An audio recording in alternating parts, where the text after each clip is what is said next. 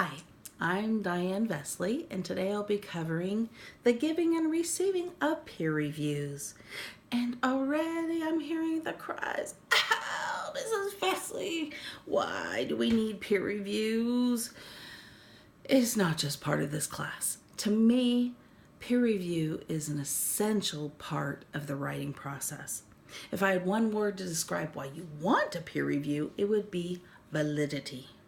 Take Google, for example. We like their articles, you know you do. But you will notice that they separate their scholarly articles from the rest of them. That's because it's kind of unusual for a scholarly article not to have a peer review. That means that someone with at least the same authority as the author has read the work and deemed it legit. And it's not just for education. Businessmen use it. They want their analyses validated. Scientists use it. They want peer reviews on their research. A peer review adds credence to your work. As a creative writer, having your piece reviewed helps give it potency, and I'll cover that a little later.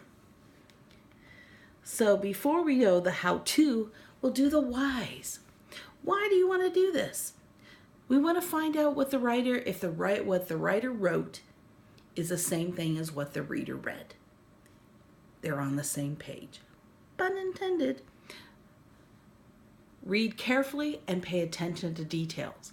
And in doing so, you will both catch the flaws and note the strengths.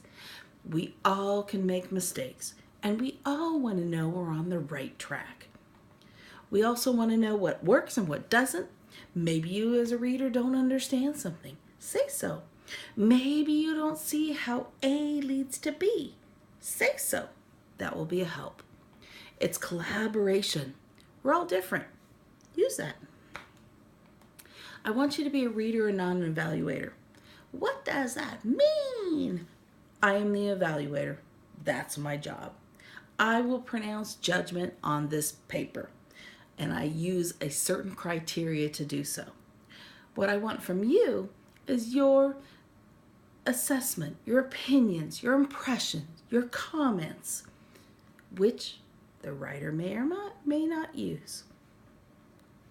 We also get a glimpse into another student's perspective, which may help us on a future thing. Maybe we like the way they organize something. Maybe it doesn't help this paper, maybe in the future. And we also want to develop your own critical thinking, your own analyses of what works and what doesn't. So how do we do it?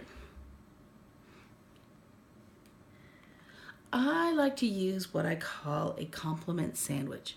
Start out with something positive, maybe in a general sense, then point out maybe some specifics that the author needs to work on, and finish on a positive note. Remember that critique does not necessarily have to mean criticism. Comment on the large issues first. We'll worry about, unless grammar is an issue that causes you to lose focus on the general paper, we'll save that for the editing and proofreading stages, like sentences, punctuation, and the lot. What we are wondering is the main point clear? Is the thesis statement supported by the detail paragraphs? Is it presented in a logical sequence? Is there evidence to back up the claims? All big things. And the reason we want to concentrate on most of the ways first is because we don't have a lot of time. We do have a limitation to our class time. So be conservative in your use of your class time to do these. Be specific in your responses. Why? I liked it a lot. Oh, I didn't get it. Not helpful. We need you to know if you didn't get something, why? If you really love something, why? And what was it you liked? Not just a general note. What you understand the paper to be? Again, What a writer intends and what a reader gets might be different. Might be good to know. Okay. Identify what's missing, what needs to be explained more fully. Maybe the writer assumed you knew something that you didn't. Let them know.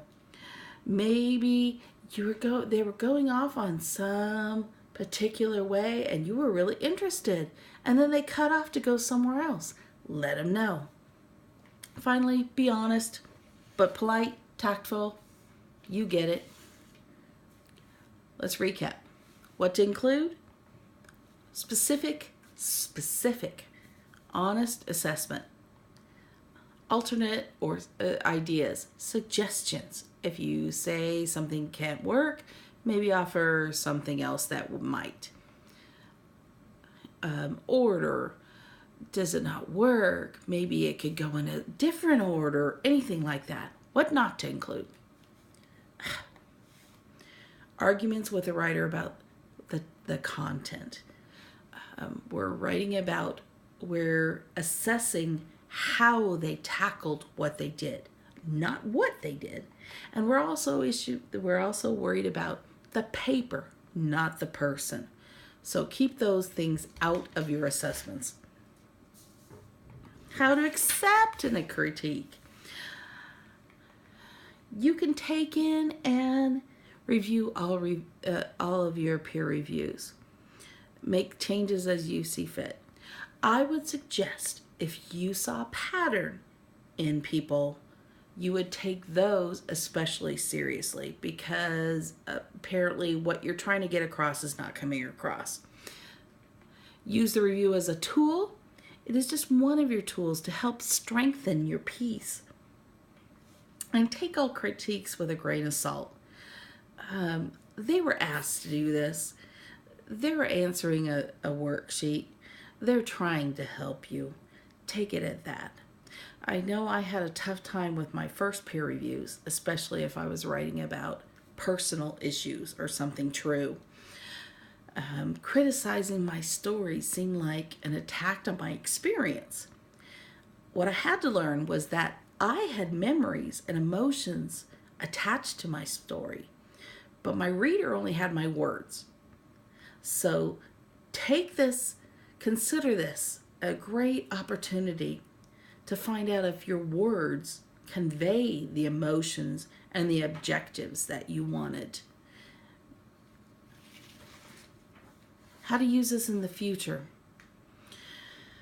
I once had a professor tell me, if everyone always agrees with you, you'll never learn anything.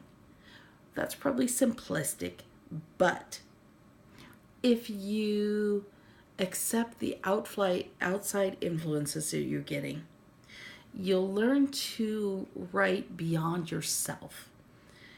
You'll learn to broaden your audience because you're taking in maybe their geographical, maybe their culture, maybe their gender, all of those experiences that maybe they don't understand in your piece, that you can take away from their helping you understand it.